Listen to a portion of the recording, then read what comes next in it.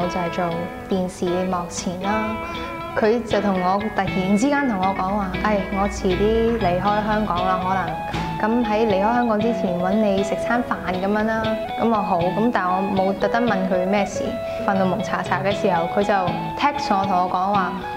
我都係即係唔同你食餐飯啦。咁我問佢做乜鬼啦？原來佢就係決定咗都係留翻香港，同我剖白啦，講原來即係呢幾年可能遇過一啲挫折啊，一啲比較，咁令到可能佢好灰心，好睇唔起自己，所以本身決定放棄幕前嘅工作。咁但係睇完《狂舞派》，佢話我諗我知道自己點樣揀，我會俾多次機會自己，所以餐飯收翻先咁樣。首先即係要多謝發哥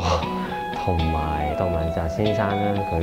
佢哋支持啊，有佢哋嘅支持係令到我更加堅定我自己一定要繼續行呢一段路。周潤發先生無論做任何嘅角色都好，佢都可以拿捏得好準確，所以呢個係我一個學習好嘅榜樣。而阿澤又係啦，佢喺做一啲本土嘅製作嘅時候嘅本土文化咧，佢係好好嘅，所以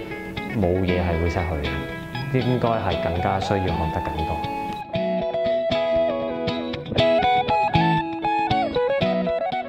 成為明星唔係我嘅目標，同一個親戚好唔熟嘅親戚咁食飯啦，咁佢係即係長輩啦，咁啊用一啲理所當然嘅語氣就問我，你拍戲肯定想做明星走紅地氈啦，係咪咁啊？我話唔係喎，我就係冇特別想走紅地氈。佢話咁你唔走紅地氈，咁你拍戲嚟做咩咧？唔做明星咁你拍戲嚟做咩咧？咁我就話我拍戲純粹我真係想演戲咯，冇特別想話做到乜嘢位啊，去做明星啊咁樣。如果我演戲演到走紅地氈，咁係另外一回事。但我真正嘅目標就純粹係想演。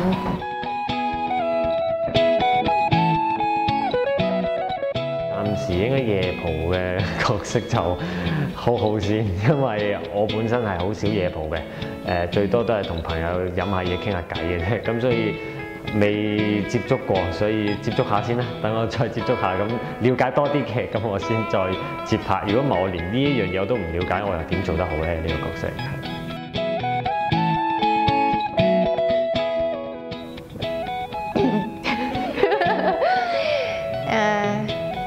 我覺得自大嘅男仔已經好夠吸引。咁其實我覺得每一個男仔自己都有佢嘅光芒。但係唯一一樣嘢就係好多男仔咧，唔知係咪佢哋嘅性別受到佢外圍因素影響，好似一做男仔就需要即係好有面或者要即係好高成就咁自自然可能佢哋就有個壓力啦，可能喺心入邊自卑到自大啦，需要裝一個框架，好似裝個外殼俾自己咁樣。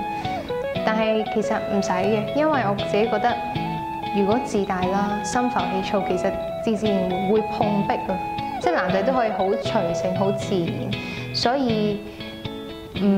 自大嘅男仔，我覺得已經好夠好啊。